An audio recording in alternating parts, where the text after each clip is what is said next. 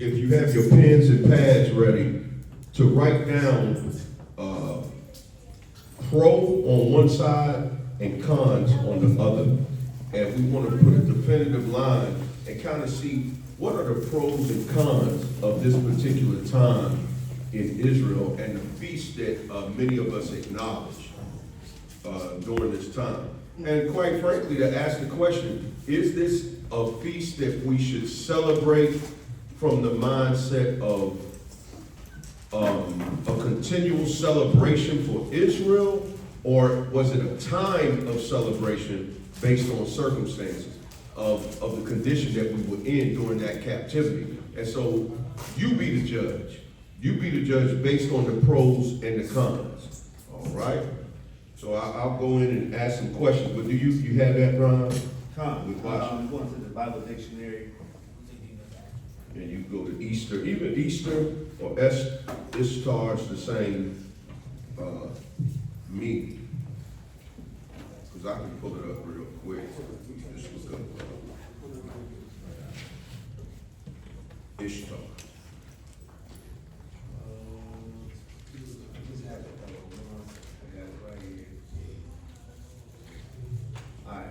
This is Esther in the Bible Dictionary, Compact Bible Dictionary. It says Babylonian goddess, a Jewish orphan. It says, or Ishtar, Esther or Ishtar, a Babylonian goddess, a star, a Jewish orphan maiden in the city of Shushan, who became queen of Persia. Now you see that? This is where this took place in Shushan. So there were many prophecies during this time that the Persian leader or the Persian king, and we'll go into it a little bit, had jurisdiction over the people. This was a time of captivity, but this was what Esther was actually exalted as.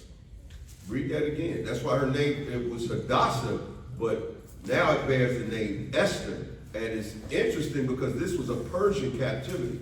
So remember, I want you to have the pros and cons and determine, is that, you can determine for yourself, is that a good thing or is that a bad thing? That her name was from Hadassah to change to Esther, and meaning what Ishtar and what it represented. Because when we get into the biblical narrative, she was promoted as queen. She became the queen. And what was she exalted as? Read on, what does that mean? It says, a Jewish orphan maiden in the city of Shushan, who became queen of Persia. Her Hebrew name was Hadassah, or Myrtle, and of course her cousin Mordecai was a minor official of the palace, and he reared her as his own daughter. Let's see, and then when you go into the book of Esther, it just goes into the history of Esther as the book. But when you look up the word, it's the same word as what? Esther's the same word as what? Easter. Easter, So let's look up Easter. So this is just kind of when we were in our captivity, you notice the Most High biblically, he changed our name from Jacob to Israel. But when we ended up in times of captivity, our names would change, just like the Hebrew boys. Their Hebrew names would change. And that is an indication symbolically of having the raiment on of your oppressors. Like many of us, we are in this captivity, and these are not, the names that we bear are not the original names. These are the names of our captivity. The last name, Smith, Johnson, Williams. These were not the original names of our people or our bloodline, but it's a result of the captivity. And that's what this book of Esther is centered around. It's centered around our captivity. I think a lot of times we may not, I know us in here, but a lot of times we may not acknowledge kind of the historical background of what was taking place during this time.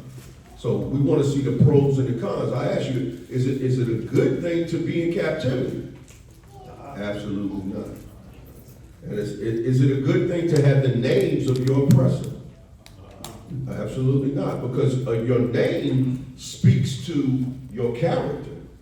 Because now she had the name of another deity. What does the law say about us even making mention of these names, let alone having a name like that associated with you? And I'm just giving this instruction for teaching purposes. Go ahead, read what you got. Come, this is for Easter. Of course, we know it's for Passover or Pesach when you see in Acts 12. But when you go down in the Compact Bible Dictionary later, it says, Easter is celebrated on the first Sunday after the full moon, following the vernal equinox. Vernal equinox. So this is why it's associated also with heaven and the Queen of Heaven. Come. And we were told in Jeremiah 10 to do what? Not to learn the ways of the heathen. All right. So we need to be, and this is a very important time to acknowledge the condition we were in. Read on. Come, it says, the date of Easter varying between March 22nd and April 25th. And that's it on that. Come. All right. Bring this up. It's the book of Isaiah, chapter 44, verse 1. Yet now hear, O Jacob, my servant, and Israel, whom I have chosen. Thus saith Yahweh that made thee and formed thee from the womb, which will help thee. Fear not, O Jacob, my servant, and thou Jeshurun, whom I have chosen. For I will pour water upon him that is thirsty, and floods upon the dry ground. I will pour out my spirit upon thy seed, and my blessing upon thy offspring. And they shall spring up as among the grass, as willows by the water courses. Verse 5, one shall say, I am Yahawah's, and another shall call himself by the name of Jacob, and another shall subscribe with his hand unto Yahweh, and surname himself by the name of Israel. So you see, it's important, and this one identifies us as his people. That's why we're coming and awakening to the knowledge of now that we are Israel. We're YAHAWAH. It's a lot in the name. It's very important. She was given the name of her oppressor. All right, that was associated. So you have to, again, with that column, you have to ask pro or con. Was that a pro or was that a con? All right. Now, when we see what was prophesied in Deuteronomy 28 and 41, somebody read that for me. Deuteronomy 28, 41. Come, this is Deuteronomy 28, verse 41. Thou shalt begot sons and daughters, but thou shalt not enjoy them, for they shall go into captivity. So, we'll skip down to 45. Verse 45, moreover, all these curses shall come upon thee, and shall pursue thee, and overtake thee, till thou be destroyed. Because thou hearkenest not unto the voice of Yahweh thy power, to keep his commandments and his statutes, which he commanded thee. Now, we ended up in this captivity as a result of that. Her name was changed, and I'm just going to go through an overview of the book of Esther. I'm not going to, read every chapter. So hopefully, you're familiar with the story, and then I'll give a brief narrative as I go on. However, we know that this account took place under Persian rule. So we know that when you read verse 2 of the book of Esther, it says that in those days when the king Ahasuerus sat on the throne of his kingdom, which was in Shushan, the palace, a Persian king. It was a result of us breaking the laws, and it was prophesied that we would go into captivity. This was the state of Israel during this time. We were held captive. So when you jump to verse 10, again, remember, pros and cons. Was it a good thing to be in captivity? Absolutely not. That was not a result of anything good. But here we find ourselves, okay? I'm going to read verse 10 of the book of Esther. On the seventh day, when the heart of the king was merry with wine, he commanded Mehuman, Biztha, Harbonah, Bigtha, and Abaktha, Zethar, and Carcass, the 7 chamberlains that served in the presence of Ahasuerus, the king. So we see that there were chamberlains. It was prophesied that our people would go into captivity, serve other powers, and even become eunuchs to these oppressors. And this was the condition. Now, one of the things we see about in the book of Esther, we see Queen Vashti, who was the wife of King Ahasuerus. We see that she rebelled because he asked her to come to a feast and she did not. And a lot of times she is villainized when people when you read certain midrashes or midrashim or madrasham, what that means is those are commentaries, Israelite commentaries of the time and of what took place. But a lot of times she is demonized. But you have to understand there were other peoples and nations in garrison too. And was that a wrong mind to be a woman in captivity that probably was subjected to a man, a king that was not of her nation against her will to rebel? Now we know it's bad to rebel, but what are the reasons? Why did Vashti rebel? Who was Vashti? And from what tribe was she from? All right. Could it be that she didn't approve of the raiment of her captivity? And she's like, I'm not listening to the king. I'm not going. I know how he is. Right. I'm not dealing with that. So these are just some of the things to consider. We're going to start with verse 11.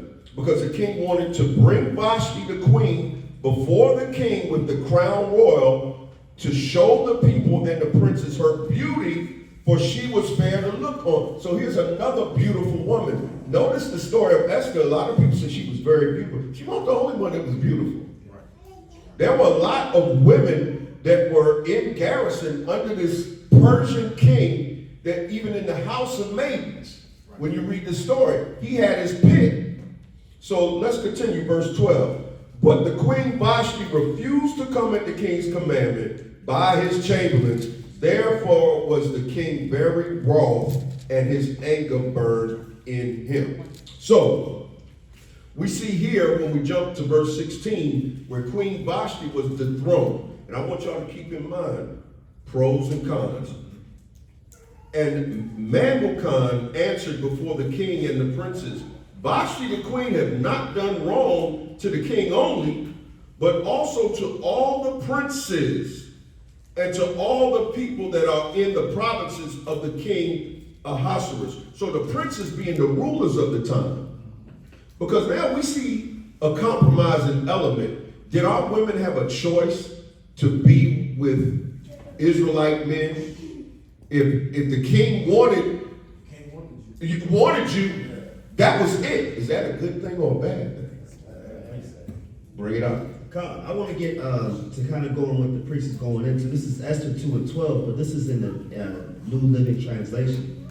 It says, before each young woman was taken to the king's bed, come on, she was given the prescribed 12 months of beauty treatments, 6 months with oil of myrrh, followed by 6 months with special perfumes and ointments. Now, when you look at it in the KJV, it says, now when every man's maid, or when every maid's turn was come to go in to King Ahasuerus.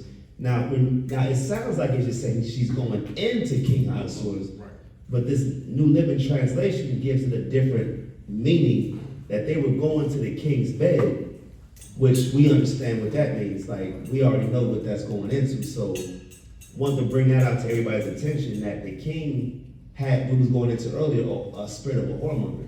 That's right. And then, of course, Esther comes in later.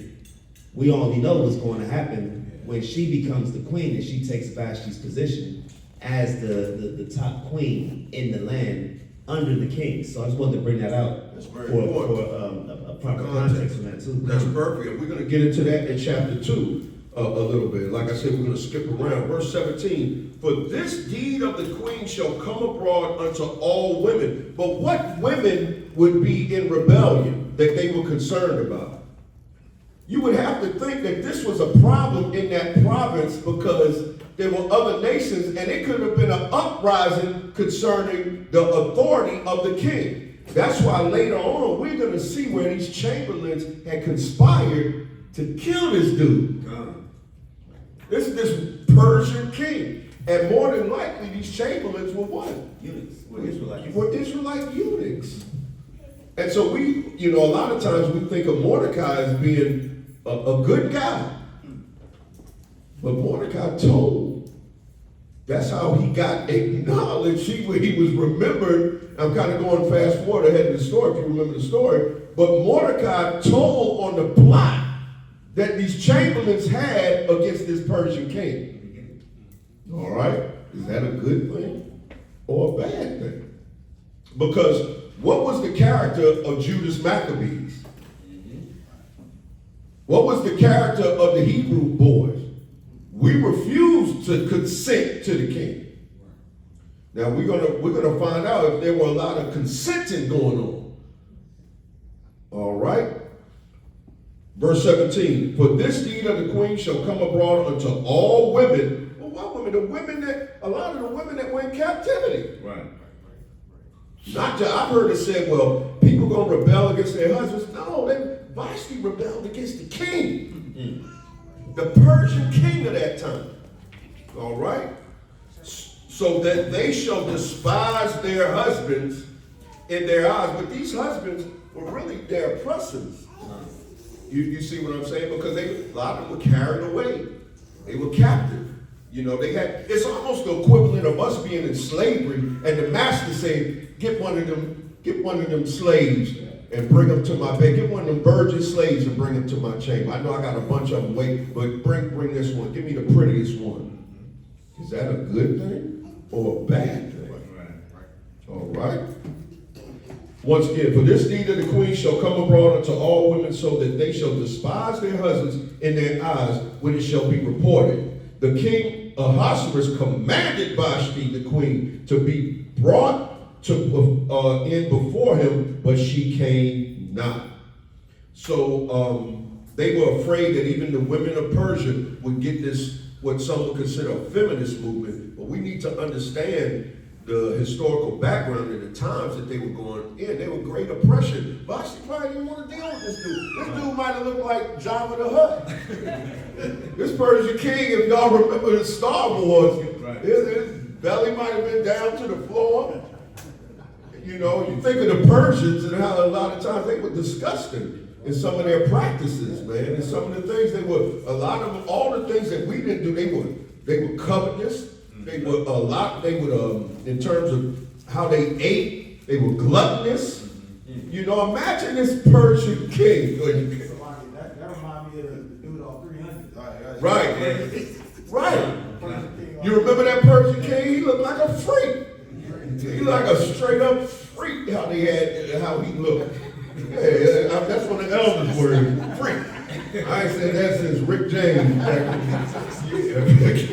King Xerxes. Right. So these are the things that you have to, consider. And that's not a great honor or anything to be celebratory that this daughter of Zion was subject to this type of man or that type of rulership. So let's jump over to chapter 2. Somebody give me verse 2. Come. This is the book of Esther, chapter 2, verse 2. Then said the king's servants that ministered unto him, let there be fair young virgins sought for the king. So they wanted now, since Vashti was rebellious, let me get some young virgins. Some women that have not been with men, undefiled. Now, is that a good thing or a bad thing according to Israelites? Give me Deuteronomy 7. You know what I want, 1 through 3. You should not, and then I wouldn't necessarily say she was a harlot, but you have defiled the daughter of Zion with a heathen person. This shows you that we were under garrison, we were in captivity under Persian rule. Now, I'm going to jump the gun a little bit and just ask y'all a question. Do we see any of the patriarchs after this celebrating this particular day. We don't see does Apostle Paul mention it? Does YAHAWAH'S mention it? Matter of fact, the records of this are in the chronicles of the Persians. And I wonder why. Because it was more submission to them. Now, yes, we experienced a victory, but at what expense? Was it at the expense of breaking the Torah? Was the Torah broken? Read what you got. This is Deuteronomy, I got two for you. Now bring it up. Deuteronomy 7:1. When the Most High thy God shall bring thee into the land, whither thou goest to possess it, and hast cast out many nations before thee. Now remember, this is our captivity. This is not our victory. This was our captivity. Read on. Come, and even though like the priest is going into, this is also the spirit on what the Most High is given. As the Most High is casting out nations that oppress you, you can't go into league or bed with these nations, right? So when you take that spirit that we see in Deuteronomy 7 and apply it to what we see in Esther, you got to have that same takeaway from it. Absolutely. Right? So this is Deuteronomy 7. I'm going to go back and it says, the Hittites and the Girgashites, the Amorites and the Canaanites, and the Perizzites and the Hivites, and the Jebusites, seven nations greater and mightier than thou. Verse 2, and when the Most High thy power shall deliver them before thee, thou shalt smite them and utterly destroy them. Thou shalt make no covenant with them, nor show mercy unto them. Neither shalt thou make marriages with them. Thy daughters thou shalt not give unto his son, nor his sons shalt thou take unto thy son. So like it, nor his daughter shalt thou take unto thy son. Nor you shouldn't take your daughter to his son. Mordecai was a Benjamite, took his niece who became his daughter because of the death of her parents, and allowed her. He never deterred her. He never told her not to do it. She didn't have the indignation of Bashi. Never told her. Is that a good thing? Or is that a bad thing? Mordecai, matter of fact, Mordecai told her, don't even say that you're a Jew. Now what's the scripture say? If you deny me, I'll deny you. Which one of you would now, in this captivity, now you would refuse? How many of our people stood up and saying that we're Jews? The 7 sons that refused to eat pork. All the people that are mentioned in Hebrews 11. Is Mordecai there? Is Esther's name mentioned? Again, I'm not saying anything. I'm not trying to convince y'all of anything. I'm just bringing out the fact. I'm asking questions. Is this a good thing or is it a bad thing? All right.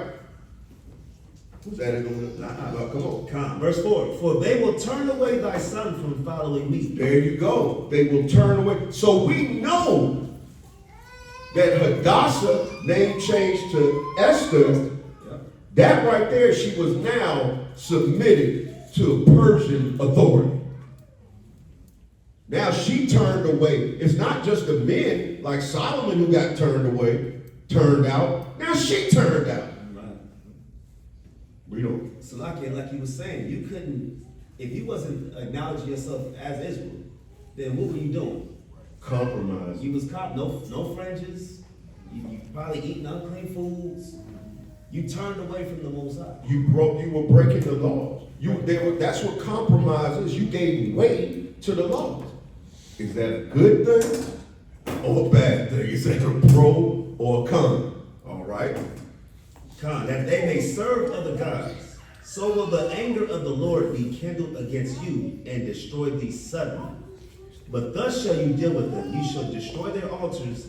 And you shall destroy. Now I know there were some hella altars up there in the king's palace. The Persian palace. Oh, come on. Read on. And break down their images and cut down their groves, and burned their graven images with fire. Again, this lets you know the type of rulership that was over us, and this was a time of captivity. Now, we're going to get into why they celebrated. I can understand their celebration because they were spared, but temporary victory is not the ultimate goal of Israel. At what expense? What are we compromising for these temporary victories? Because I'm going to give you the end from the beginning. I ask a question. Did we end up in captivity after this one? We sure did. We sure did. We ended up in captivity right after this. We went from the Persian to the what? The Greek captivity. So, let's see. That a good thing or a bad thing? All right, I'm going to read again, Esther chapter 3. And let the king appoint officers in all the provinces of his kingdom, that they may gather together all the fair young virgins unto Shushan, the palace, to the house of the women, unto the custody of her God. The king's chamberlain, keeper of the women, and let their things for purification be given them. Now, you know, even Captain Ryan mentioned this. These purifications lasted, did you know, a year? That's how the Persian king got that. A year to be purified. So how many women was he dealing with? Was going in and out of the king's chamber? As many as Hall Belly, Master Johnson's concubines. It was filthy. It was disgusting. You know what I'm saying? What was going on? And he's defiling these women. And let the maiden which pleaseth the king be queen instead of Vashti. And the thing pleased the king, and he did. I bet it pleased the king. Now in Shushan, the palace, there was a certain Jew whose name was Mordecai. Now we're going to get into Mordecai. The son of Jair, the son of Shammai, the son of Kish, a Benjamite, who had been carried away from Jerusalem with the captivity. So here's another witness, us being brought into captivity, which had been carried away with Jeconiah, king of Judah, whom Nebuchadnezzar, the king of Babylon, had carried away. And he brought up Hadassah, that is Esther, she Esther now. Esther, his uncle's daughter, for she had neither father nor mother, and the maid was fair and beautiful, whom Mordecai, when her father and mother were dead, took for his own daughter.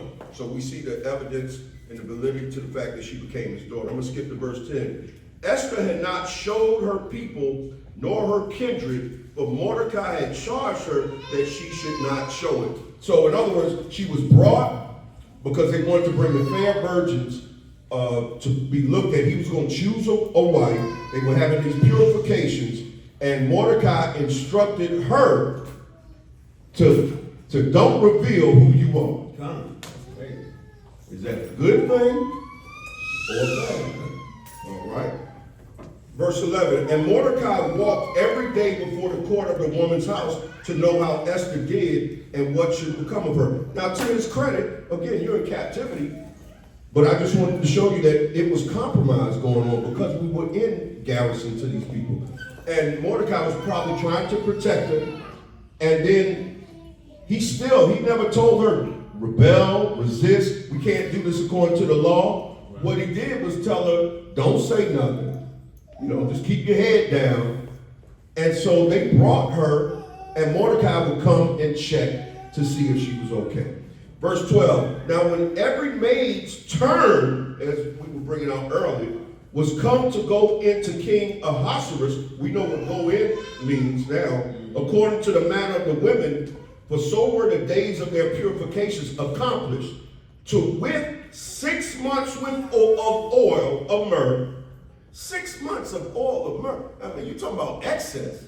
6 months of oil of myrrh, 6 months with sweet odors, and with other things for purifying the women. I can only imagine how they smell. All scent of humanity, any human scent that they had was gone. That was a walking potpourri. know, sometimes be like that church lady with too much perfume on. Yeah, hugging everybody. Like, dang. Anyway, we're gonna jump to, let me read on, verse 13. Then thus came every maiden unto the king, whatsoever she desired was given her, to go with her out of the house of the women unto the king. So she had everything she needed. In the evening she went, and on the morrow she returned into the second house of the women, to the custody of Ashgaz, the king's chamberlain, which kept the concubines. She came in unto the king no more, except the king delighted in her, and that she would call by name. So we see, fast forward, she becomes queen. The king delights in her. She's broad. He thinks that she's very beautiful. Verse 17, and the king loved Esther above all the women. And she obtained grace and favor. Who are we supposed to get grace and favor from? The Most High. She got grace and favor in his sight more than all the virgins, so that he set the royal crown upon her head and made her queen instead of Vashti. And I know Vashti was relieved. She probably, I'm tired of this Persian devil. I'm tired of him. Now she got to deal with him. You know, and the fact is that she, you know, Vashti wasn't killed. She wasn't killed. She just wasn't queen no more. You know, the records here don't say that she was killed. Verse 18, the king made a great feast unto all his princes and his servant. Again, that's the, you know what I see? I see old nasty, filthy master, so-called, with one of our beautiful women, and he called it a feast. And look at all of us got to be in there looking, and like we enjoying it. Oh, that's so right. And we know in the law that that's, man, they got a virgin, he got a virgin daughter or something, and we can't do nothing about it. It reminds me of Jacob. You know what I'm saying? That's what it reminds me of. You know, but Mordecai, go ahead, Brown, appreciate it. This is Deuteronomy 23:17. There should be no whore of the daughters of Israel, nor a sodomite of the sons of Israel. Right. Well, whoredom would even come from spiritual, because you're fraternizing with the enemy. You know what I'm saying? Verse 18, then the king made a great feast unto all his princes and his servants, even Esther's feast. He called it Esther's feast. This is the feast of Ishtar. Right. You celebrate Easter. Do you say? This is Esther's feast. All right? This is Esther's feast. I'm not saying what we're celebrating is that feast. Right. But there was a feast that they made unto Esther. Right. All right? So I don't want us to get it convoluted that we're celebrating Esther's feast. No. We know the end of the story. For those that read the story, our people were delivered from a sentence of death. And Purim, the word pure, is Purim is plural for lots, but pure is also synonymous with what, Captain Ron? Yeah. So we was going into that word. It's also synonymous with broken. With broken pieces. So for what were the broken pieces on the part of us being Israelites in this scenario? We had a lot of broken pieces. We already see that, man, you done gave a daughter of Zion. Now we're going to see how Mordecai, if he's Mordecai or Mordecai. Let's see who Mordecai is. Is he Mordecai? That's the dilemma now. We're going to find, is Mordecai or is he Mordecai? All right. Can I, bring it up. Yeah. So going into that word per, right? That's the Hebrew word per. It's the root word would be Strong's H6331. Again, it's per. Now you see this word again in the book of Ezekiel 17:19. And I'm going to just read it out real quick. It says, therefore, thus saith the Lord God, as I live, surely mine oath hath he despised, and my covenant that he hath broken. Right? So that word per is broken. So a broken covenant. So like the priest was saying, when you go into lots being given, but it also goes as things being broken. And in this same root word, Ezekiel 17:19, it says, therefore, thus saith the Lord God, as I live, surely mine oath that he hath despised, and my covenant that he hath broken, or per, even it will I recompense upon his own head. So the covenant being broken, what aspects of the covenant were broken during this time? And you know, like I said, I don't want to be too much longer, but I do want to bring out a little of Mordecai's character. All right. So this feast was made, and it was made to Ishtar. So she was put up as the queen of heaven, the deity, the queen of heaven.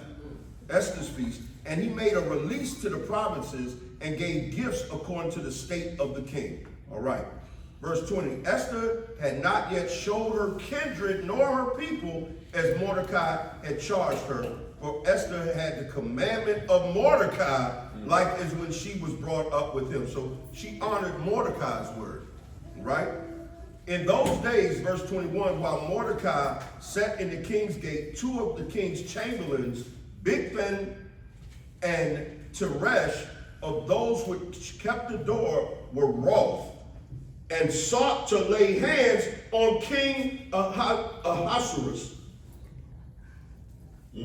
Is Mordecai a snitch? Right. I'm just asking. That's a good question. I don't know. I'm not telling nobody to believe nothing. I'm asking you the question. Is Mordecai a snitch? He's gonna kill this. They were gonna kill this Persian king.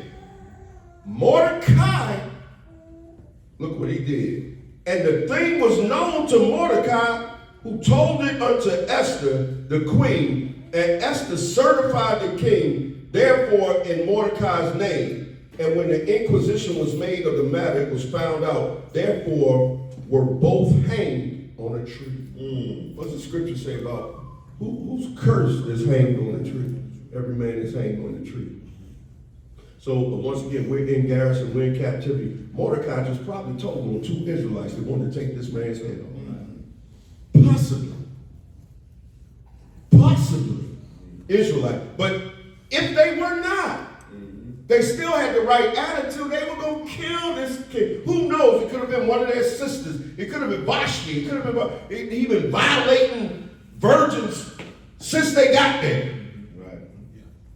And these chamberlains was like, we had enough. They might have been Levites. They might have had enough, had the spirit of the Maccabees on them. We're going to kill this. What did Mordecai do? Mordecai, I'm not saying he's a bad guy. Y'all make me be the judge. But Mordecai went and told. And you know that's the rules. That go against the rules. They go against the game. You ain't supposed to tell. And then he told on his own brothers. All right, Shalom. It was found out, therefore they were both hanged on a tree, and it was written in the book of the Chronicles before the king. This was something in the Persian Chronicles, not our Chronicle. It was a good thing. Mordecai, good. That boy is good. That boy can sing. That boy told. He told on these guys, and now this Persian king was spared, right? So, we're going to jump down to verse 3 of chapter 3. Then the king's servants which were in the king's gate said unto Mordecai, why transgresses the king's commandment? Now, this is when Haman came, which was what you would consider in the time of Egypt like a viceroy. He was in command. The king Ahasuerus gave him authority. He was an Agagite and advanced him and set his seat above all the princes. And you can read that in verse 1. But look at this. Why did Mordecai refuse to bow? This when he wanted to get integrity. I don't understand this. Why when Hamas, now let me read verse 2. And all the king's servants that were in the king's gate bowed and reverenced Haman. I said Hamas. Haman. For the king had so commanded concerning him. But Mordecai bowed not or did him reverence. And it had me wondering, why would you tell on these chamberlains? Have them killed, but now you refuse the king's commandments, that same king commandments, and you refuse to bow down. His refusal to bow down has started this whole thing up with the Israelites being destroyed. Had he bowed down, we don't see that where that decree was given to destroy. If you read the narrative, the biblical narrative, the account, this happened after Mordecai refused to bow down. Right? You know what that was? That was, to me, That was self-righteousness. Because all the other laws concerning, he didn't tell, he told Esther to hide her identity, allowed her to, just go and be with the king. That's right. Told on Israelites possibly that were going to kill the king. He didn't have to say nothing. But he bowed not when it came to Haman. And now we do understand relationship between the Israelites and the Hagarenes, the Haggai. They were enemies. They were our enemies, but so were the Persians. But so then let's continue. Then the king's servant, which were in the king's gate, said unto Mordecai, why transgressest the king's commandment? That's my question. I got the same question. Why? Why now? Why now? Why transgresseth the king's commandment? Now it came to pass when they spake daily unto him, and he hearkened not unto them, that they told Haman to see whether Mordecai's matters would stand, for he had told them that he was a Jew. Now he starts to beat on his chest. I'm a Jew. And when Haman saw that Mordecai bowed not, nor did him reverence, then was Haman full of wrath. Mordecai started this whole thing. Is that a good thing or bad? Verse 6, and he thought scorn to lay hands on Mordecai alone, for they had showed him the people of Mordecai. Wherefore Haman sought to destroy all the Jews that were throughout the whole kingdom of Ahasuerus, even the people of Mordecai. What does the scriptures tell us to do concerning a man that has power to destroy people? I'm supposed to agree with that. And agree with it. Is that a good thing or a bad thing? You're supposed to agree with your adversary. And this bowing wasn't like, it's not as though he was actually bowing down to a deity. It was just showing reverence for his authority, right? So I'm gonna fast forward. So we see where now this decree came, and Haman, he said, man, I'm gonna kill all the Jews in Shushan. I want a decree. I want in all the provinces, everywhere, the Jews got to go. Mordecai, he won't bow down. He is going to die. And it was so much so that it was written, I'm going to read Esther 3:14. The copy of the writing for a commandment to be given in every province was published unto all people that they should be ready against that day. And we're going to kill all the Jews in this one day, in all these provinces. The post went out, I'm at verse 15 of chapter 3, being hastened by the king's commandment, and the decree was given in Shushan the palace, and the king and Haman sat down to drink, but the city Shushan was perplexed. So, Israelites, we had many enemies. And so, once this decree went forth, all the enemies of the Jews were now emboldened to go ahead, and they were going to take part in this insurrection. So, when you fast forward the story, we see that the plan was thwarted because King Ahasuerus found out, and his spirit was troubled one night and wanted to know what had been done for him sparing, usurping that destruction that was going to come upon him by alerting him to what was going to happen through Hadassah or Esther. And one might say, well, that's good, because they were going to kill all the Israelites. But Mordecai's the one that started it to begin with. All right? So fast forward, we see that the gallows that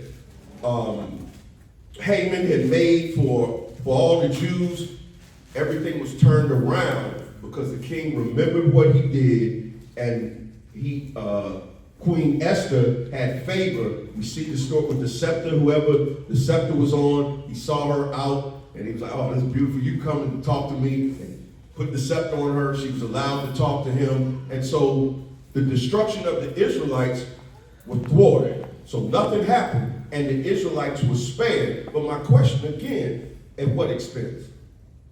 What expense? Who got the best out of this deal? Was it Esther? No, she had to deal with that under subjection, under the Persian rule. Mordecai got a ring from the king. He became the man. If you read the account, Mordecai became the man. Verse 11 of Esther 8, wherein the king granted the Jews which were in every city to gather themselves together and to stand for their life, to destroy the slave and to cause to perish all the power of the people and promise that would assault them, both little ones and women, and to take the spoil of them for prey. But now, guess what this actually did? This actually, if you think about it, caused these nations to even be more indignant against us. Because what Mordecai did and the authority that was given to him by the king, the Israelites just started straight slaying people. They slayed their enemies. But still to no avail, because we went into a captivity right after that. So my question to everybody, as I kind of bring it to a close, we need to make sure that how we see this. I can see them celebrating being free from that destruction, because a lot of fasting took place. A decree was sent out by Mordecai. Esther even said, pray for me, I'm going to go into the king. If I perish, I perish. We see all these things took place, but at what expense? And sometimes we are our worst enemy in the sense we are the orchestrators of the chaos. Right. You see what I'm saying? But the delivery for our people, yeah, it was a great victory for that moment. It was a victory for, yes, we were spared, but at what cost? We don't see that character of the patriarchs or mighty men when we read the book of Hebrews 11, of people that stood for righteousness and refused to answer the king's command or refused to submit. So what should we take away from this? I'm going to read chapter 10.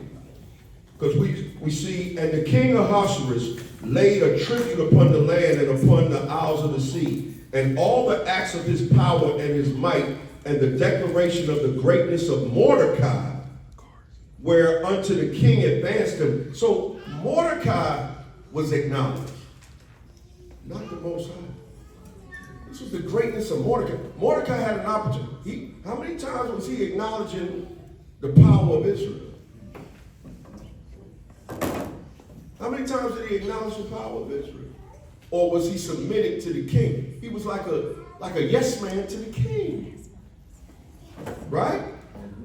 Whereunto the king advanced him.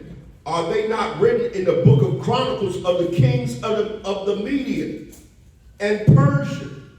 It's in their chronicles. Is it in our chronicles? The acts of Mordecai? I'm just asking the question. Is the acts of Mordecai in our chronicles? Bring it out. Yeah, this is kind of what you was going into. This is Esther 6:1. On that night could not the king sleep, and he commanded to bring the book of the records of the chronicles. And they were read before the king. And it was found written that Mordecai had told of Bigthana and Teresh, two of the king's chamberlains, the keepers of the door, who sought Not to be funny, that sounds like it sounds like life. Chamberlains.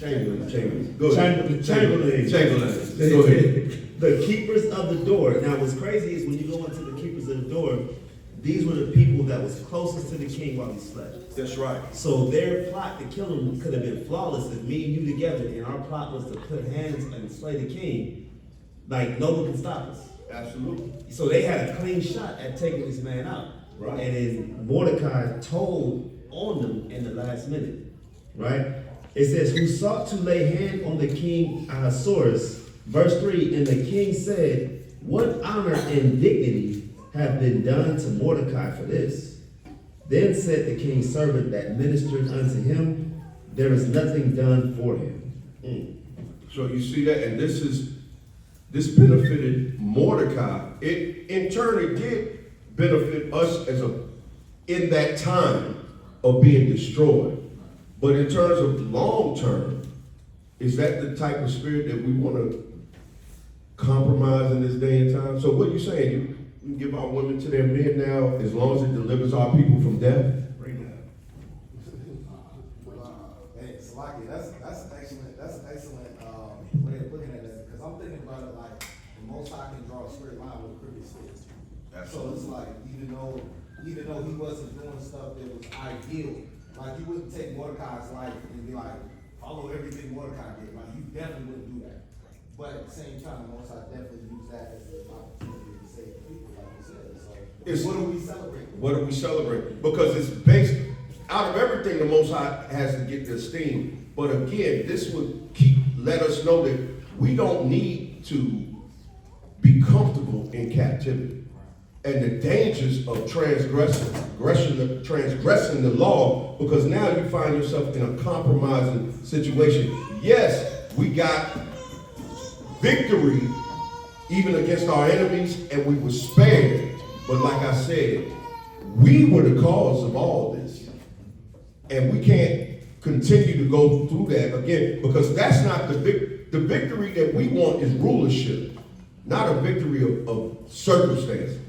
You see what I'm saying? Yeah, I'm in these circumstances, and yeah, okay, I got out of it. But should we be more celebratory about that, or more celebratory about, is this a story of what not to do in a lot of cases? You see what I'm saying? Yeah, the Most High can deliver his people however he chooses to deliver his people. But we are the ones that put ourselves in certain circumstances. And our people after this, what did the Most High really deliver us from? We got delivered right back into captivity afterwards. What happened after this? We still went into captivity. All right? So where's the victory? That's why ain't none of the disciples talk about it. That's why none of the apostles talk. Paul don't mention this. Mordecai is not mentioned concerning the great men and Mordecai and what he did. No. But again, out of circumstances. So let's celebrate this with the mindset of, yes, the Most High can deliver his people however he chooses. But if we want to be, this is what I was talking about today, inherit the kingdom, we have to maintain our integrity and keeping these laws, statutes, and commandments. Because the other biblical stories and celebrations of Hanukkah is a different tune. That's a different tune. That has a whole nother spirit. Passover got a whole nother spirit on it. Right? Because one suggests rulership, and then the other one is captivity. Right? So, with that, I say shalom. All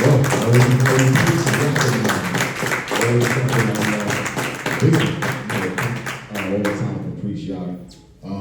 And one of the things I want to say too is that we definitely can't take these times that we're living in for granted.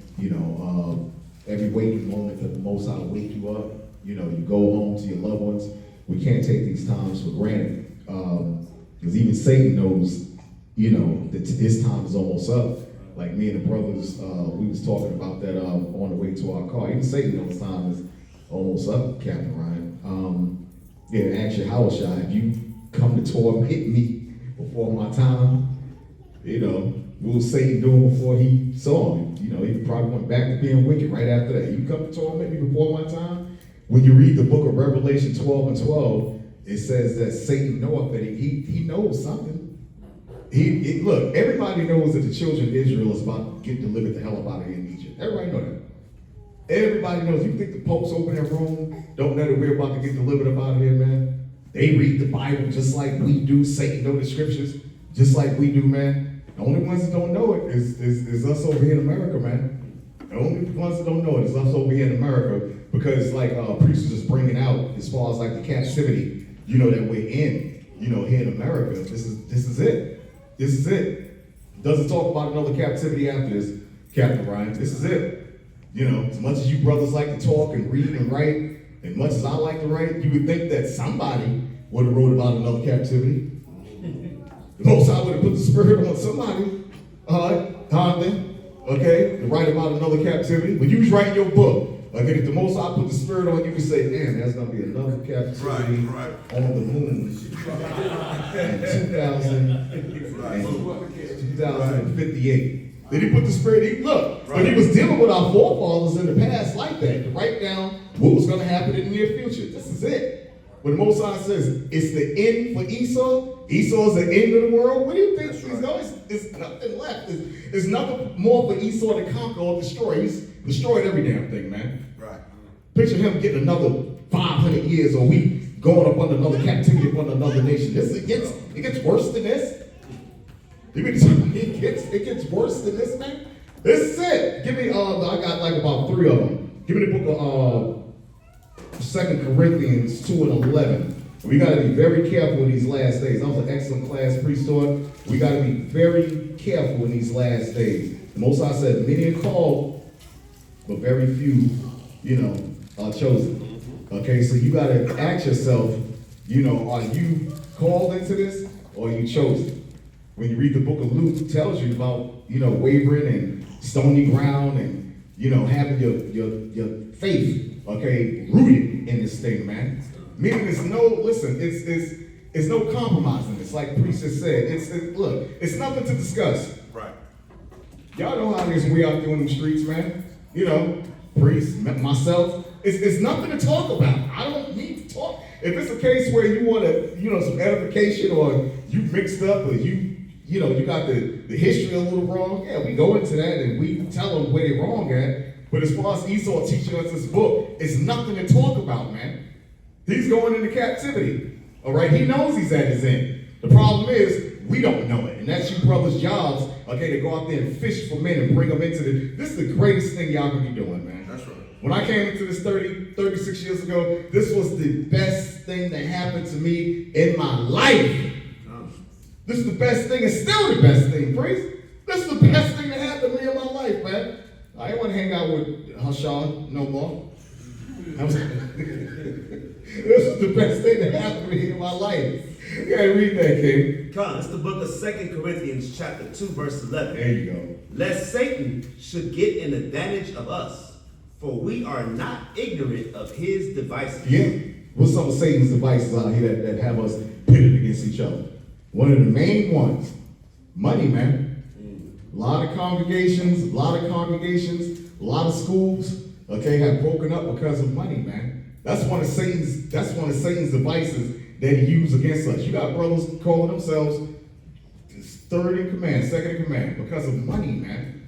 Because of money. That's a Satan's device, man. That's when Satan said, Moses said, don't be ignorant unless Satan do what? We should not be ignorant of Satan's devices. Let me start from the top. Lest Satan should get an advantage of us. And that's an advantage. Okay, unless Satan get an advantage of you, the only thing you gotta do is entertain that, man. Only thing you gotta do is entertain Satan's thoughts, man. All right, it's simple. Okay, the truth is simple. Okay, Yashu, give me Proverbs. Give me Proverbs 6 and 16. You continue that. It's real. It's not that hard. Okay, the truth is not that hard. It's either the truth is either yay or nay. Right. No or yes. Okay? And the Most High said he hates a lying tongue, man. He hates a lying tongue, man. The truth is why I ask your question either yes or no. When you're lying, you're sitting back, you're scratching, you're thinking about, look, it was a East Indian I'm talking about. It was an East Indian on my job, right? This guy, he went to down to Las Vegas about a month ago and ran his exec card up, King Ryan, for $10,000. So we sitting there, we talking with him, we sitting there, we talking with him, like, what happened, man? Like, why did you run your card up? You ain't supposed to do that, man. Like, whatever, he stole the money because he saw the charges right there. This guy went over and went to the gambling hall, man, gambled with the credit card, got an expensive hotel, bubble bath, champagne, all that shit. All right, we sitting there, we asking the guy, like, what happened, man? Like, why is this $10,000 charge on it? He's sitting thinking of things, I didn't know, and I didn't do it. My son must have took the card, and we're just sitting here, we just listen. The truth, he could have just told the truth, Judy. Yeah, I did. I messed up. My mistake. That's the truth. The truth doesn't take long. Yeah, I did it. Why did you smack that lady in the face? I'm sorry, I did it. The truth is quick. The truth, it doesn't take that much time. But it's them lies, man. It's them lies. It's them lies. You got to back that one up with another one. You got to get an alibi, for that one. And then call their homeboys up there. Tell them I was with you the whole night. And this, that. You got to back them up. Then you got to back that one up. Then you need an alibi for that one, man. It's just plain. What you say? Then you got to remember it. And you got to remember all that, right? On top of all that, you got to remember the 10 that you just told. All right? Go ahead, finish reading up. Verse 12. Furthermore, when I came to Troas, That's it on that. Read that shoe. What you got? It's the book of Proverbs, chapter 6 and verse 16. These 6 things doeth Yahweh hate. Oh, read that one to a Christian. The Most High said, you mean to tell me the Most High got how many things he hate? These 6 things Most High doeth said Yahweh he hate. got 6 things he hate. 6 of them, brother. So he got 6 of them that he hate. Go ahead. What are they? Yea, 7 are an abomination unto him. 7 is an abomination. Go ahead, Doc. 17, a proud look. Most High said he don't proud look. It's a difference between having confidence, okay, and knowing who you are and going around and holding yourself, to a king status or a prince status. That's a difference. Okay, when you got a proud look, that means you think that you actually, you know everything. Nobody can tell you nothing. You can't be counseled on nothing.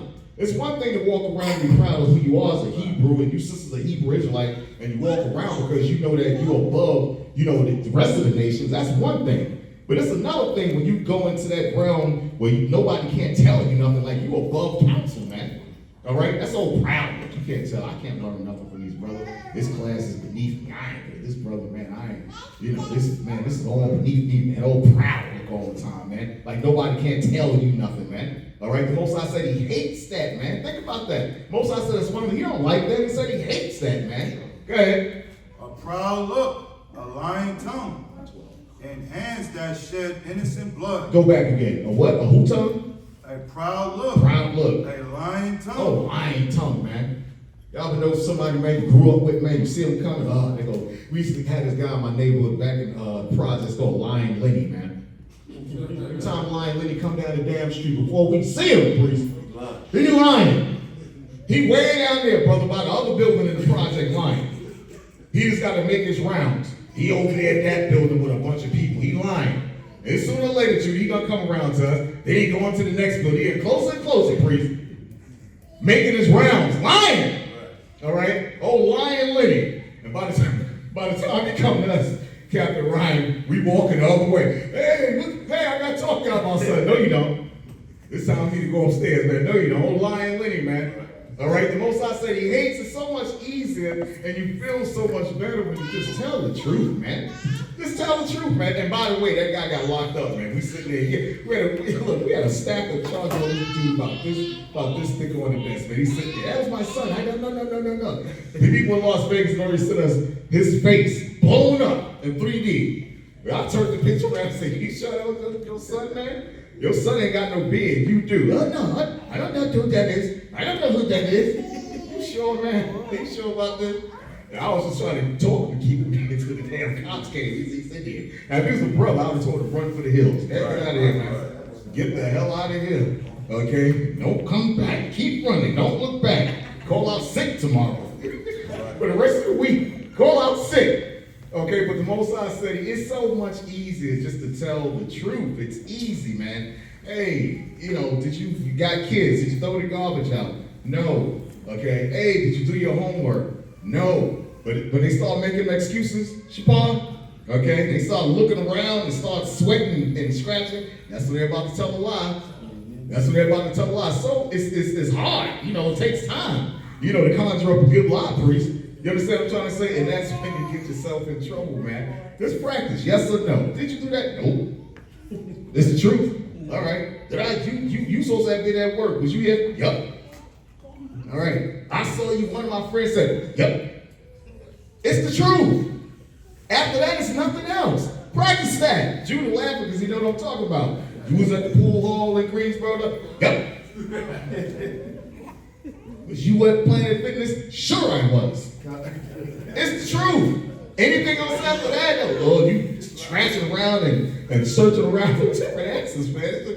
It's like, you know, hey, y'all know I'm telling the truth a lot. Look, the truth is quick. It's better to tell the truth than a lie. Most I said that's one of the things he hates, man. Oh, lying tongue, man. Go ahead, Shoe. And hands that shed innocent blood. Oh, hands. How do you think he feel about Esau, man? The Most I said, hands that shed innocent blood, man. You going around for no reason, just murdering people, man. Just innocent blood, babies, trafficking. You got them on drugs. You killing people. The North American Indians, you slaughter them, banging little babies up against the wall and laughing, man. What kind of spirit of a man is that, man? You know, that's the reason why you go around trying to be you. It ain't no fun being him, man. It's no fun being the devil, man. Okay? You gotta pretend to be everybody else in Huntley. You gotta pretend to be everybody else. You not. It's no fun being Esau, man. Imagine that, man. Imagine you was living in the caves, man, and everything is frozen. You eating frozen popsicles every damn day, man. All right? Not by choice, Judah. You got the frozen popsicles, eating them every day. It's no fun being the devil, man. That's the reason why he try to emulate you all the time, man. I ain't got Beyonce. She's doing country music. What the hell is wrong with her, man? She looks like one of Satan's rejects, man. I'm gonna tell you straight up, man. Beyonce looked like one of the devil's rejects, man. What did happen to that nice young lady that lived down in Houston, Texas, that was with Destiny's Child, man? She don't even, and when Satan gets through with you, you never look the same.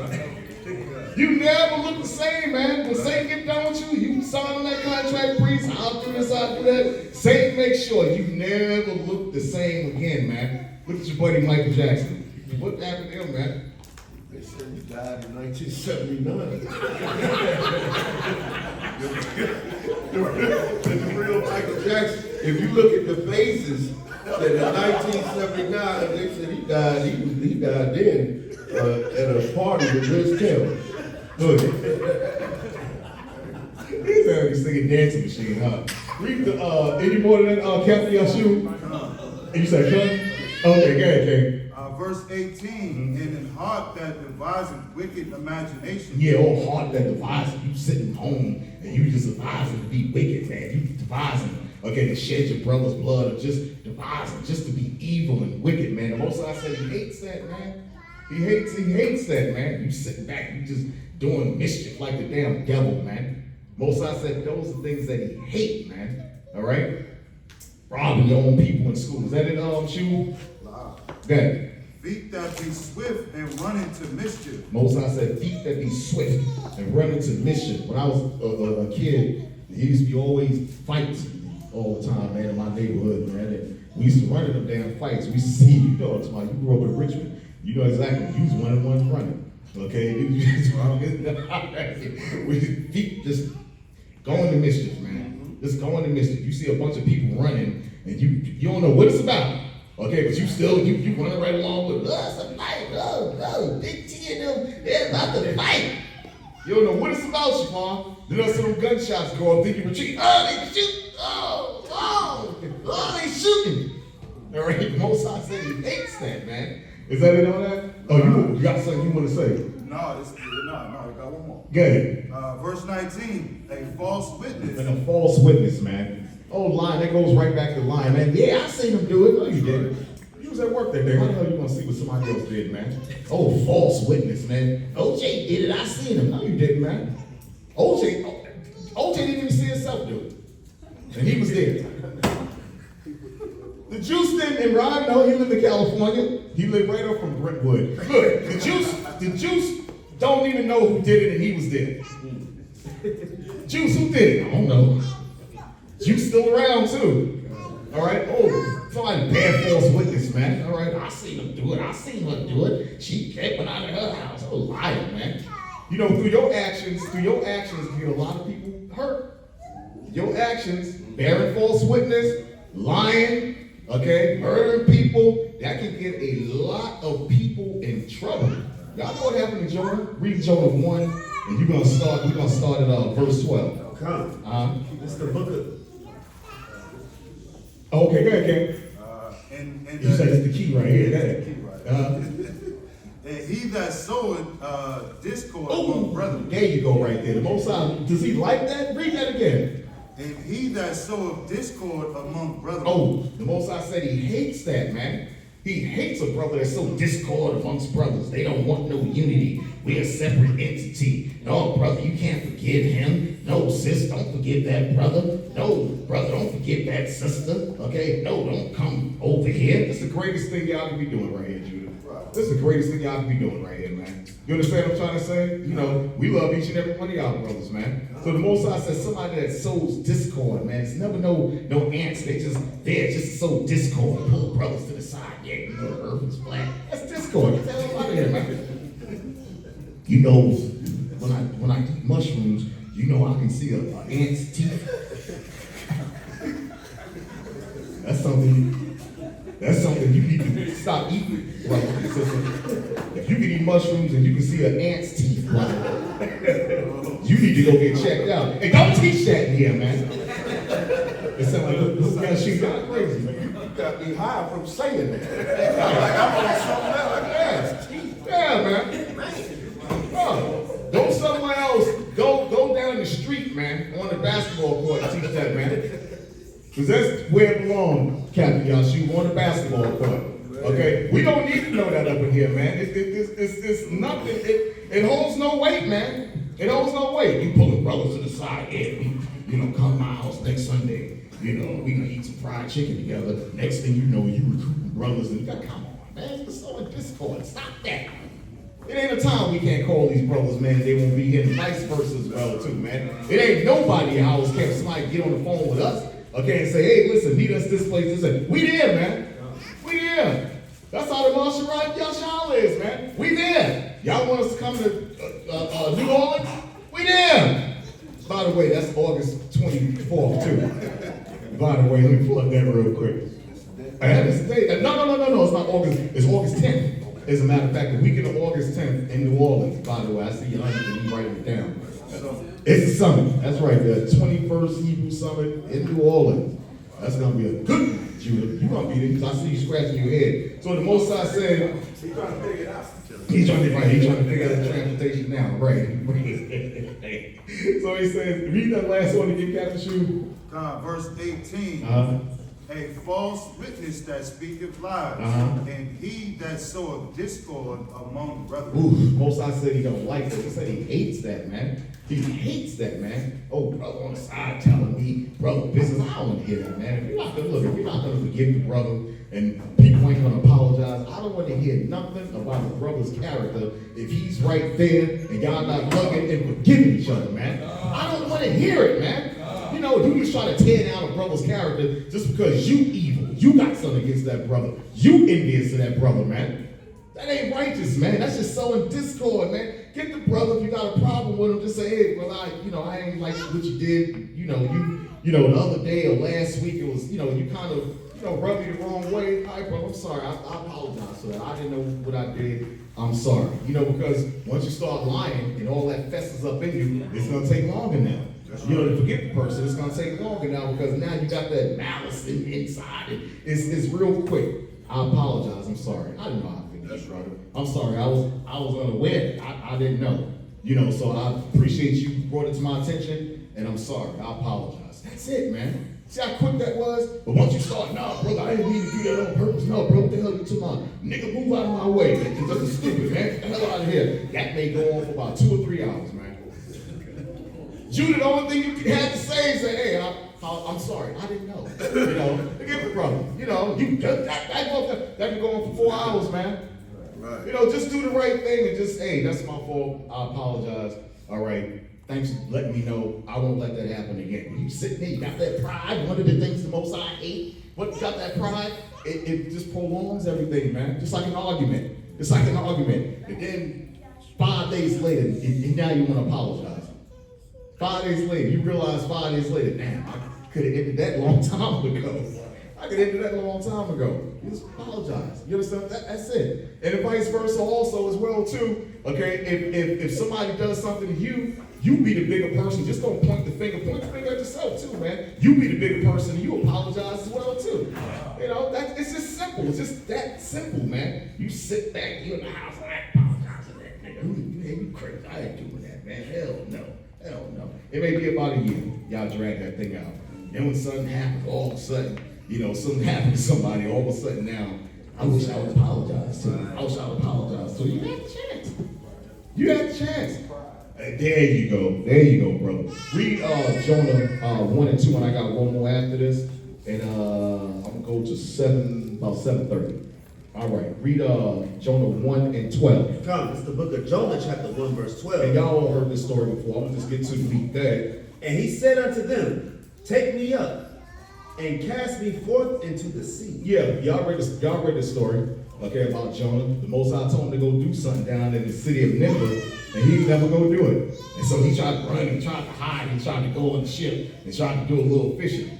Okay, so when he got on the boat just started going crazy. The waves just started going crazy, man. Because of what? Because of Jonah, man. Because of him. The boat was going crazy, because of him. So he told the shipmen on the ship, listen, you know, they knew who he was. They asked him before that, they said, you're a prophet.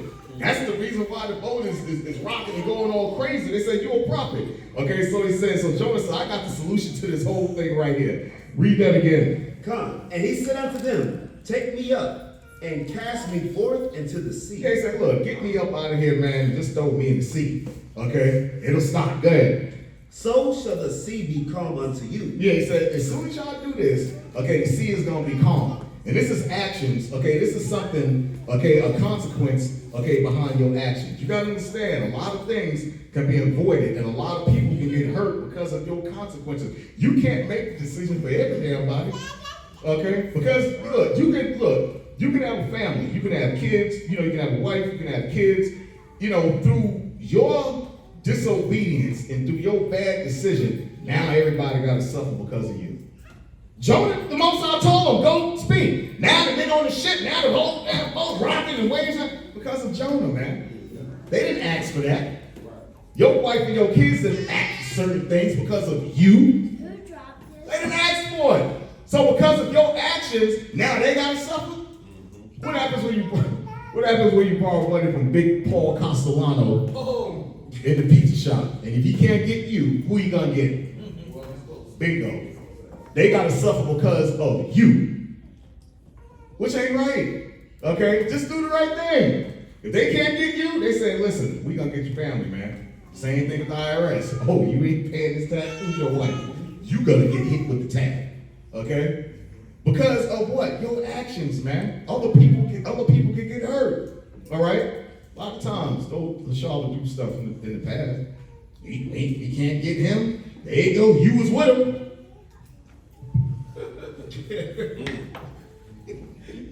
I'm taking it right off, man. Y'all grow people like that, troublemakers, okay? They can't get them, they gonna get you. You was with them. So you gotta pay the price. You gotta suffer because of them. You gotta take that black eye. You in the house now with a stake on your damn eye sitting around now like that, man. Because of the actions of somebody else, man. You didn't deserve that. Go ahead, King. This is actually Salaki. This goes back to what we was looking at Mordecai. His actions. There you go. How it kind of was crumbling down to the brothers and sisters that was living in the land. There you go. Same thing that we looking at with Jonah. Mm-hmm. Come.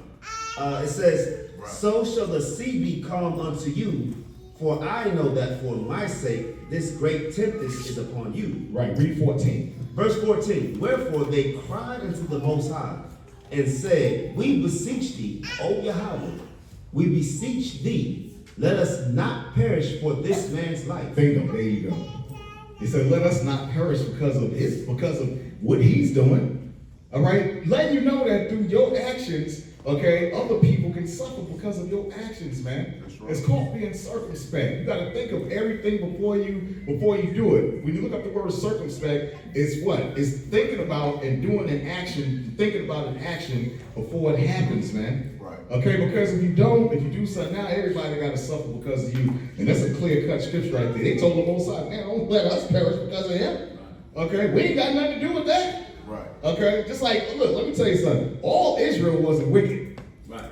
All Israel wasn't wicked. But all of us, through our forefathers, we're in captivity, okay, because of them. They did certain things wicked. All Israel wasn't wicked. Now we paying the price because of certain things that they did. All right? And that can go for your household too, man. You go out and borrow some money from Big Mike and him on the corner, man. They know exactly where you live at, Azariah. They know exactly where you live at. Now all of a sudden, now you ain't home, they knocking on your door. Okay, now your wife and kids, now they gotta get it because of your actions, man. Oh, yeah. And so just be careful. Hey, shoot, give me one last one. Give me Proverbs 12 and 15. Any more to that, Captain Ryan? Come. It says, and lay not upon us innocent blood. Yeah, innocent blood, man. All right? So you can get it. Like I said, your family members can get it because of your disobedience, man. You know, a lot of women today always going around talking about, it was two women on my job arguing over they self-worth and stuff like that. That's what the white man used to do to you during the slave auctions, man. He used to put a damn price on you, man. All right? So that's all that's doing. I know my work. It's a difference between knowing who you are and you carry yourself in a dignified manner, honor, respect, okay, as a woman. Okay? You're getting measured as a woman and a man through the honor, through the respect, your words, through the obedience, okay, of the measuring stick of how the Most High wants you to be according to the laws. That's your worth right there. Not somebody gonna go out and buy a $4,000 Birkin bag for you, and somebody gonna go and take you on around the world on a damn trip some damn where, and that's what you measure your worth by that? By money? The Most High said these last days, your money ain't gonna save you, man. All right? It's through your diligence, through your works, okay? You keeping the laws, okay? The statutes and commandments, man. Because this is all we got left, priest. This is it. You can't measure yourself through a damn dollar. That's how Esau is, man. That's his strength, that dollar. Okay? That's his strength right there. A lot of old crackers, they caught a damn heart attack when the government had closed down. You see a lot of them, oh Lord. A lot of them over there, man. COVID-19, their business shut down. Oh Lord. A lot of them, man, lost their minds, man. Right to the projects and got high and dropped damn dead, man. A lot of them, chill out. I see you back there in the color people section. Go ahead, Ken. You know, I just want to say this real quick, even what Elder was bringing out. Think about Haman and what he did, his actions. Look what he caused his children. They killed his whole household. Killed his sons, his wife. If he had daughters, they could kill them. Everybody got hung. So yeah, going back to what you're saying, and even when you see in our society today, look at how the gang culture. If they know where your aunt's house is, they say, oh, we can't find him, but we'll kill her and we'll kill his son. We gonna do a drive-by and shoot your damn window. We don't care who we get. Go ahead, Jonathan. I see you back there scratching. Nah, that's what I was gonna say. They can't find you, they'll shoot your house up, burn your house up. Yeah. That's right. Potluck. That's right. They go by there. That's right. They don't care who they get. They know you ain't there. We getting somebody. We're gonna send a message. That's it? That's it on that. Okay, go ahead, Yashu. This is the book of Proverbs, chapter 12, starting at 13. Come. The wicked is snared by the transgressions of his lips. Yeah, that's how Esau is. You trust these politicians if you want to, man. Okay, you trust me. The Most High said their words are smooth. Okay, like oil, man. Okay, that's what he's snared in the transgression of his own lips. He don't even believe himself. What man makes treaties and breaks his own damn treaties, man? Who does that? You gonna make a treaty up and you gonna break the damn treaty that you damn made, man? What idiot does that, man? All right? You make up laws in society. Yeah, we gonna lock this person up. No drinking and driving. And you got a damn trolley car around, Raleigh driving everybody around. Everybody damn drinking, man. What fool does that, man? That's drinking and driving right there, man. All right? Everybody walking around. Every time they get around, the priest, they used to nag him all the time. I don't know if that thing was personal or what, but I know years ago the people used to be on that trolley car. Every time they saw you, hey! Every time, man. Those are demons, man. That's because I used to prophesy against Right. Yeah, man. That's drinking and driving right there, man. Arrest all of them. Arrest them all. Right. Who makes alcohol and then want to arrest you for drinking? Who does that? You make the alcohol in the damn stores. Now I gotta get locked up for drinking. Ain't this a trick, Captain Ryan? That's trick bag. Right. You made the alcohol for us to purchase in the drink. Now you want to lock me up. What a fool, man. What a damn fool, man. It's crazy, Jonathan. Go ahead, Captain Yashu, and this is it. But the just shall come out of trouble. Most High said the just shall come out of trouble, and these are the last days that we're living in. okay? We need to come out of trouble. Go ahead, A man shall be satisfied with good by the fruit of his mouth, and the recompense of a man's hand shall be rendered unto him. Go ahead. Verse 15, the way of a fool is right in his own eyes. The Most High said the way of a fool is right in your own eye, man. Maybe you just making up stuff. You don't want to do what the Most High told you to do or go back, because listen, everything, if you're about this truth, man, you 10 toes down for this truth, we're going to make mistakes. We're going to go through certain things, okay? But it's up to us to go back to the Most High and say, "Damn, you know, correct me. I'm wrong in that. Correct me. I'm wrong in that." You know, but you're not supposed to repeat. You know, be a repeat offender. Now, when you're a repeat offender, now you got a problem, man. You got a problem. If you're a repeat offender, you got a problem. You need counseling or something, man. All of us got a weakness in here that only us and the Most High know about, man. Okay, that we fight with every day, man. We fight, we battle with every day, man. But you're supposed to come in here and you're supposed to be the version that you wasn't, okay, when you was out in the world. Be great at this, man. Be a great version of yourself that you wasn't out in the world. If you wasn't a great dad, you come into the truth, be like, "Damn, I wasn't a great dad. Damn, I had everything all wrong." Damn, man. Be a great dad, man. If you wasn't a great husband when you came into this truth, man, you supposed to be a great version of that when you come into this truth, because the Most High don't tell no man to beat on no damn woman and knock you, tell her, "I'll damn sock it like this, man." The Most High don't tell no man to abuse. There's no laws to tell you to beat your damn woman, man, or can't abuse her, man. Don't tell you that. Be the version, a great version of what you weren't when you out in the world, man. You was the world's greatest liar, now become the world's greatest truth teller now, Captain Yashu. You understand what I'm saying? All right, you're supposed to be great at what you do, man. Ain't no need to sit back, man, and hide your talents, man, up under, "I know how to do carpentry, I know how to do this, I know how to do that." What's the sense in the Most High giving you a talent when you don't want to use it, man? That don't make no sense, man.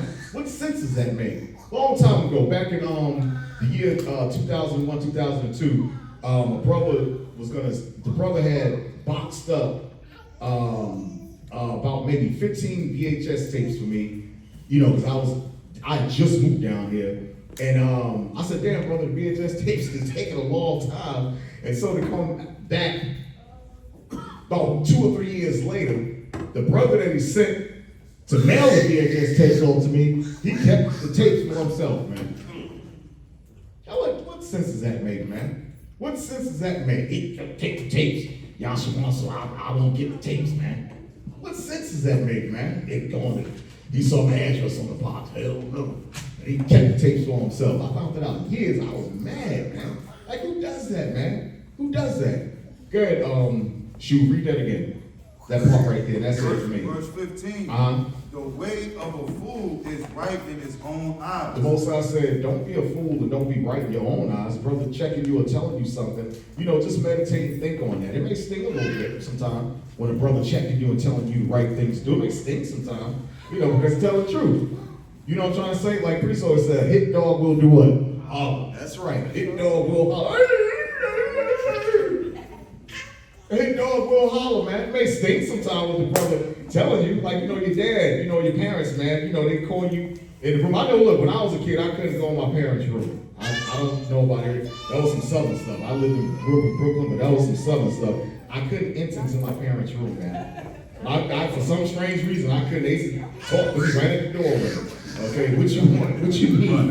Okay, what you want? What you need? And we wouldn't go in that room. Okay, but Judah, the moment they told me to come in the room, man, my dad was sitting in that damn chair, man. Like a court. Oh, man. Looking at Family Feud. When Richard Dawson was there, kissing on all the women. He would turn that TV down, man. I knew I was in trouble, man.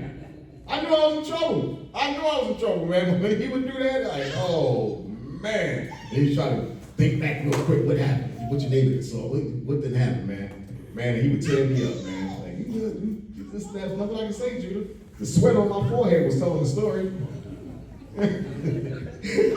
So the Most High said, All right, the way of a fool is wise in his own eyes. You know, it's always good, you know, to get counseling from one another, from the Most High, first and foremost.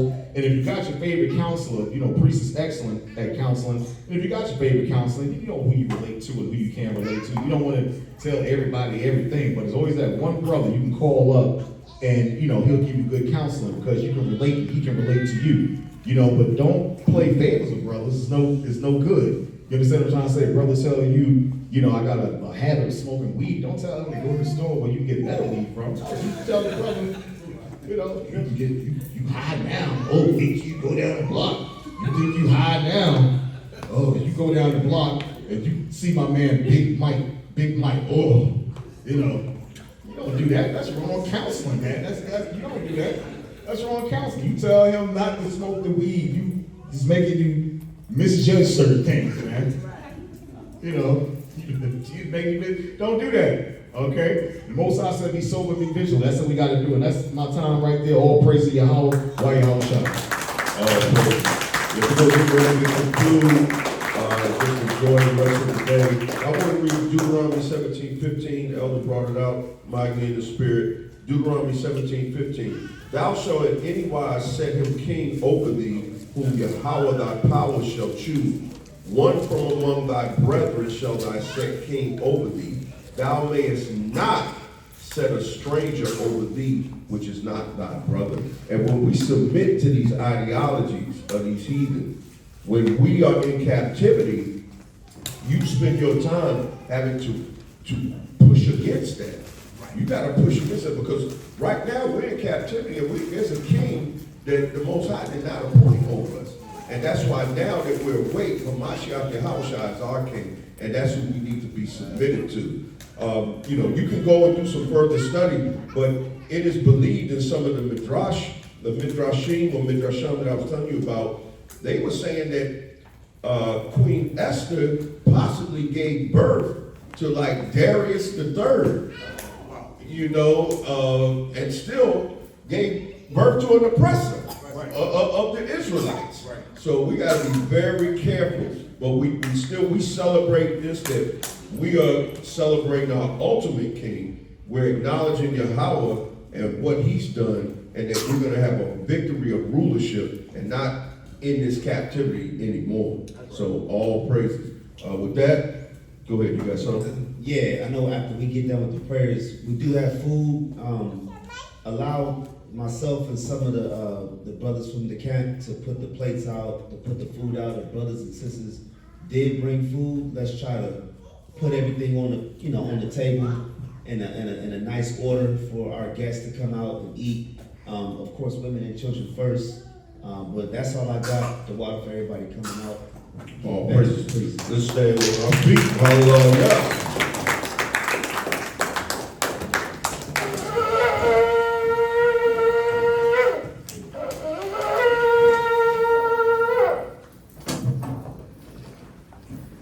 Abanawa, Shabbat Shemayim, Kwadash, Hayah, Shamka, Yahawah, Malakbaka, Taba'ah, Ratazakah, Hayah, Ashah, Baratazah, Kuwal, Hayah, Washamayim, Natananawa, Nacham, Kol, Yawam, Wasalakanawa, Kawawakanawa, Wasalakanawa, Kawawakanawa, Wala'ah, Kabayanawa, Banasayawan, Bo, Hawashanawa, Mayan, Ra, Kaya, Laka, Kamalakwa, Waha'ala, Watapareh, Lawalamya,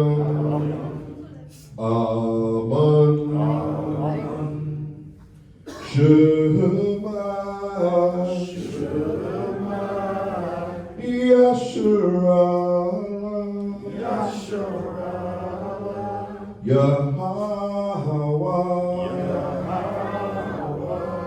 Ahayanawa, Yahawah,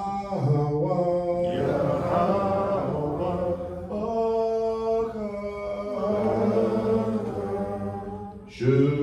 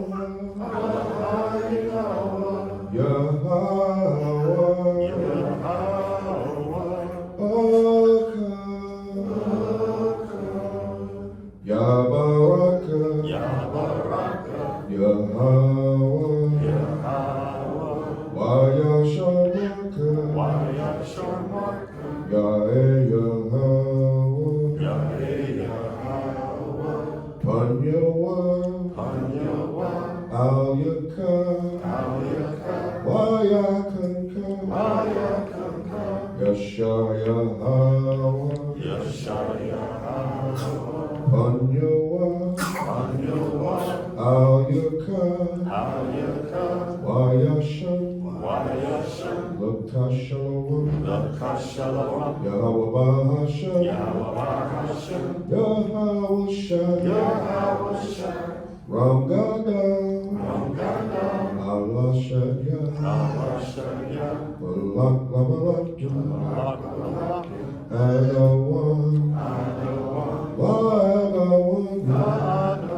Shema, Yasharah,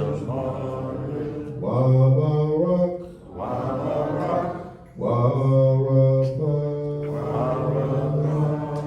Yahweh bless thee and keep thee. Yahweh make his face shine upon thee and be gracious unto thee. Yahweh lift up, Baba Koshah, his countenance upon thee and give thee shalom. Yahweh, in the name of Yahweh, highly exalted, almighty power, King of kings, Master of masters, watch over and bless and heal. Kwam Yasha Allah.